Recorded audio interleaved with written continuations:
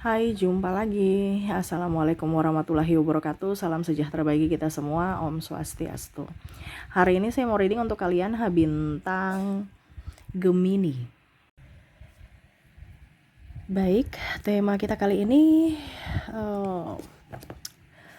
mengenai dirimu, dimana tentang perasaan, ya. Kira-kira bagaimana energinya ke depan, ataupun mungkin saat ini kamu sudah mengalaminya. Nanti kita lihat dari koneksi energi kartu tarot. Oke, tetapi sebelum kita mulai, jangan lupa di like, komen, subscribe channel Ica Tarot dan Ica Tarot WS Indo, supaya ke depan saya bisa lebih bersemangat untuk membacakan readingan-readingan di hari-hari berikutnya untuk kalian. Dan jangan percaya 100% tarot, ini hanya sebuah games. Kalian tetap harus selalu berserah kepada Sang Pencipta. Dan walaupun ini hanya sebuah games, memang bukan games biasa, melainkan games menyerap energi. Sehingga saya minta kepada kalian untuk bisa lebih bijaksana dalam menyikapi readingan yang akan saya bacakan nanti. Yang baiknya bisa diambil, buruknya diabaikan aja, dibuang aja, ataupun bisa kamu pakai untuk mengintrospeksi diri kamu, ataupun bisa kamu pakai untuk mencari solusi dari permasalahan yang kamu hadapi. Dan kalaupun kalian ingin personal reading, coaching, dan konsultasi, bisa menghubungi saya. Saya sudah sematkan link WA saya di deskripsi atau yang ada tertera di atas ini. Silahkan kalian menghubungi saya dan itu berbayar.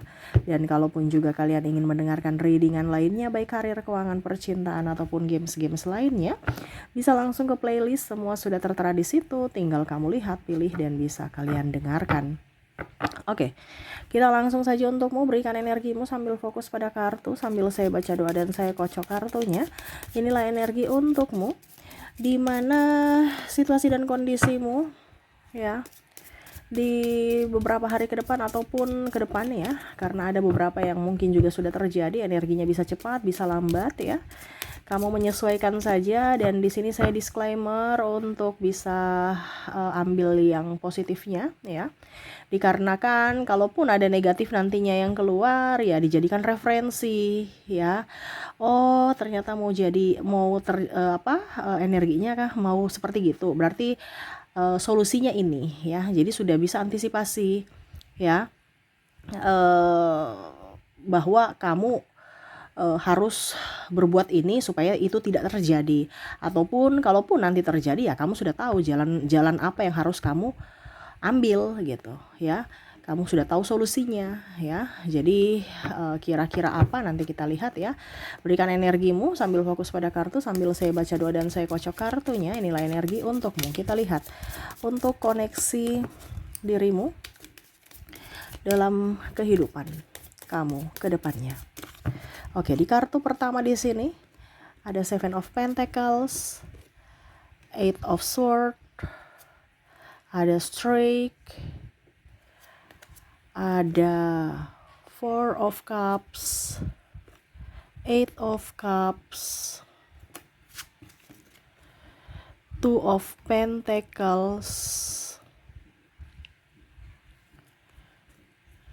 Queen of Pentacles, Ace of Wands. Oke, saya merasakan energinya di sini, ya. Nanti akan membuatmu pusing 7 keliling. Wow, ini mungkin tema kita ya nanti. Pusing 7 keliling, ya. 7 keliling. Mumet, stres, ya. Jadi hati-hati. Tapi jangan sampai stres berlebihan, ya. Bisa-bisa kamu depresi, ya. Nah, ini ke depan mungkin akan ada masalah. Masalahnya apa aja nanti kita lihat, ya, karena koneksinya di sini tentang stres. Stres memikirkan diri sendiri, memikirkan keluarga, ya. Dan saya merasakan juga di sini memikirkan anak, ya. Nanti kita lihat apa saja, ya, yang akan terjadi, ya, karena di sini stres nih, ya. Bingung mau bikin apa nih, ya. Mau ke sini salah, mau maju salah, mundur salah, ke kiri salah, ke kanan salah, ya. Bingung, ya. Oke, kita lihat dulu di sini, ya. Ada Nine of Wands, Nine of Swords, ada Five of Swords, ada The Sun, Ten of Cups. Wow. Tuh, bicara untuk pribadi sendiri di sini masalah uang. Ada ekonomi. Masalah ekonomi ya. Bicara tentang uang ya, pusing 7 keliling karena apa? Uangnya ada masuk ya. Gaji gitu kan, atau pemasukan lah seperti gitu. Tapi kok nggak cukup-cukup ya. Pusing. Masuk tapi keluar juga. Terus gimana dong? Ibaratkan aku kerja dapat capek doang, nggak ada tabungan nih, gimana ya? Karena saya merasakan di sini ada hutang ya, dimana hutang di sini hutang barang ya, hutang uang kepada bank, kepada apa? Kepada ini juga teman ya. Kalau bicara hutang barang ini berarti mungkin kamu ada memecahkan barang atau menghilangkan barang orang ya, karena saya lihat di sini harus mengganti ya, mengganti berarti kan itu hutang juga ya. Macam contoh kamu hilangkan, kamu pinjam nih, pinjam mungkin ada acara di rumah kamu pinjam piring, ini contoh ya, kamu pinjam sesuatu lah pokoknya, intinya di sahabat atau di mana, di saudara atau di siapa gitu, atau janji ya, membelikan sesuatu. Ini bicara tentang hutang karena janji juga itu hutang ya, tapi ini bicara tentang benda ya. Terus ujung-ujungnya kamu udah janji, waduh nanti saya ganti gitu ya. Nah ini dia tagih-tagih nih, kapan kamu balikin, kamu ganti barang aku, bukan masalah duitnya tapi barangnya gitu. Nah ini ada beberapa seperti gitu, aku ganti uang aja, nggak bisa kamu yang cari, saya nggak mau cari-cari itu barang ya. Kamu yang mungkin rusakin, pecahin ya, kamu berganti gitu. Nah ini ada seperti gitu ya, karena bicara tentang hutang barang ya, entah baju ya, diganti ya karena hilang atau sobek ya. Nah ini, atau janji belikan ini belikan itu. Nah ini ya, jadi ditagih ya. Tetapi kalau untuk hutang barang nggak terlalu ya, tetapi memang ada masuk di sini ya, ada yang mau nagih karena janji kamu ya. Tetapi yang paling banyak ini adalah hutang uang dari sahabat atau bank. Wah ini yang pusing ya, karena sahabat tagih-tagih. Sahabat tagih-tagih ini pun juga pihak bank juga tagih-tagih ya. Stres, pusing. Yang lebih stres lagi nih hutang pinjol. Nah ini hati-hati ya, pinjol-pinjol nih ya. Ujung-ujung kamu bisa depresi, karena depresinya tingkat tinggi adalah pinjol. Di teror sana, teror sini. Kamu sudah dapat teror dari pinjol, kamu dapat teror lagi dari sahabat-sahabatmu atau keluargamu atau orang-orang yang kamu kenal, di mana pinjol itu meneror. Nah ini ya, jadi hati-hati pinjaman online yang gak jelas ya, ujung-ujungnya nama baik kamu tercemar ya, sampai bisa kamu yang stres sendiri, pusing sendiri, depresi sendiri ya, karena ya kamu yang salah, kamu yang memutuskan untuk pinjam-pinjam ya. Hati-hati bicara pinjam-pinjam nih, hati-hati ya. Lebih baik kita punya sendiri busuk-busuk ya, dibandingkan bagus-bagus tapi malah punya orang atau memaksakan keadaan, yaitu beli secara kredit. Nggak apa-apa kalau kita beli kredit kita mampu, tapi kalau kita memaksakan keadaan, ini yang nggak bagus. Dan ini terjadi ya.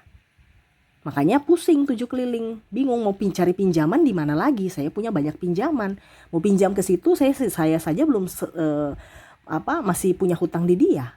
Ini contoh ya. Nah ini hati-hati ya. Jadi kalau ke depan ya harus punya safety tentang keuangan. Berikutnya lagi nih tentang sakit, hati-hati sakit ya. Ujung-ujungnya kamu nggak punya simpanan, ngutang lagi di orang. Aduh anakku sakit, aduh suamiku sakit, aduh istriku sakit, aduh orang tuaku sakit ya. Karena bicara duit nih ya, nih hati-hati bicara duit, harus punya safety apalagi untuk kesehatan. Nah jadi pusing lagi cari pinjaman, waduh ini repot ya. Baru di awal-awal tahun ya, tapi sudah mulai bicara duit ya seperti gitulah ya, dimana duit ini masuk tapi keluar ya, ataupun mungkin kondisinya ya itu kamu punya uang, akhirnya karena ada yang sakit habislah itu, dan ujung-ujungnya juga kosong ya. Jadi pusing aja, stres ya. Waduh ini gimana ya, kerja tapi cuma dapat capek gitu, nggak dapat duit ya. Dan di sini juga saya merasakan energinya di mana banyak kebutuhan. Jadi kebutuhan dadakan, apalagi bicara anak sekolah, tiba-tiba ada ini, tiba-tiba ada itu ya, yang diperlukan uang-uang dadakan gitu ya. Stres lagi. Nah ini harus kalian punya safety tentang uang ya. Oke, terus yang bikin kamu pusing ini pasangan juga. Saya lihat di sini bicara tentang pasangan, overprotective, pencemburu, bikin pusing. Ya, jaga mulu, ya, telepon mulu, SMS mulu, ribut mulu, ya. Nih ada. Yang mana serasa tidak mempercayai pasangan gitu. Pasangan jadi tidak nyaman, dikekang.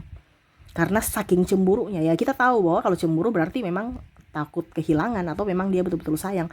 Tapi kalau over, ya itu nggak bagus, pasangan nggak nyaman. Tapi ini yang terjadi, ya. Jadi kamu akan pusing mana yang mau kerja, ya, mana mau untuk urusan kerja atau urusan percintaan nih. Jadi pasanganmu tuh kayak macam tahu bahwa kamu pulangnya jam 5 sore.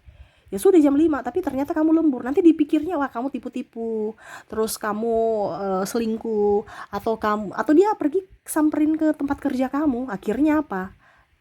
Kamu yang jadi malu sama pimpinan dan teman-teman rekan kerja, ya, karena pasanganmu berulah. Nah ini hati-hati, ya. Nanti mungkin kamu nanti bicara ke pasangan, ya, saya ada rapat atau ini, atau kamu jangan terlalu cemburu, ya. Ini karena kurang komunikasi aja sih. Nah ini, jadi kalau mempunyai pasangan harus banyak komunikasi supaya dia tahu, ya, apa yang terjadi gitu. Jangan diam, nanti malah dia merasa terabaikan dan akhirnya berulah, ya. Oke, berikutnya di sini yang bikin pusing ini adalah bos, ya, pimpinan kamu atau senior, ya. Atau ya pokoknya intinya yang di atas kamu lah. Kalau kamu karyawan, ya, di mana ya kamu selalu salah dan salah.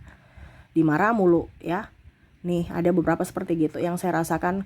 Aduh, nih kok saya kerja kayak di tempat toksik, ya. Seolah-olah saya tiap pagi di free briefing tapi dimarah-marah mulu, di emosi mulu gitu, tidak bisa buat nyaman, ya. Nah, nih ada tekanan dari pimpinan, ya. Jadi bikin tambah stres karena pekerjaan belum satu selesai sudah ada satu pekerjaan lain lagi numpuk lagi, bikin pusing seolah-olah ini saya robot, ya. Robot aja perlu dicas kok saya nggak istirahat, ya. Iya kan, robot itu perlu dicas loh, ya. Anggap istirahat, kok saya ini manusia nggak diberikan waktu untuk istirahat. Bahkan mungkin pekerjaan yang harus dia lakukan atau orang lain lakukan dilimpahkan ke kamu, tapi gaji nggak naik-naik. Nah ini ada. Jadi kamu marah gitu, tapi kayak ya ampun, ya apalah, kita cuma anak buah, ya. Ya sudah ikut aja. Jadi bos yang bikin pusing, stres, ya. Ribut mulu, marah mulu, ya. Energi negatif, ya. Dan terakhir di sini saya merasakan energinya di mana tentang anak, ya. Waduh, anak kamu nih yang bikin pusing 7 keliling, di mana anakmu nakal, ya. Ada anakmu juga minta jajan, sudah tahu sakit perut, banyak macam-macam, ya. Tapi maunya jajan, kalau tidak ngerengek-rengek nangis, tantrum, ya. Terus juga saya melihat di sini kalau bicara tentang anak, malas makan, ini yang bikin kamu pusing. Terus juga ada beberapa juga yang tidak jujur, ya, mengambil barang orang tanpa bicara atau malah pinjam duit, ya, nanti ditagih ke rumah, ya.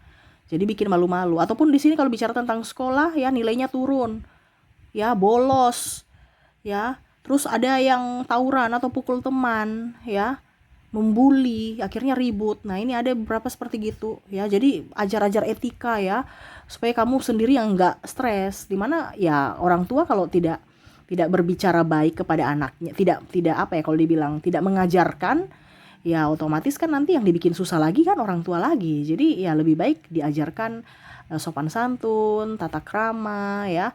Bicara matematika dan apa itu urusan guru, tetapi kesopanan, etika itu ya setidaknya orang tua juga harus di rumah, ya. Karena apa? Itu membawa nama baik keluarga. Yang ditanyakan siapa? Kamu anak siapa?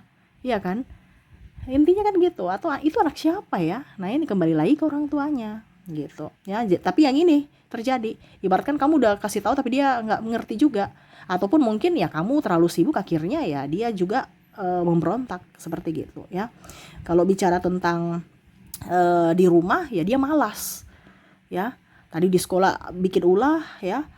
Terus kalau di rumah pemalas, ya. Maunya tidur aja tuh, HP aja tuh, scroll TikTok, goyang-goyang, ya. Bikin pusing, ya.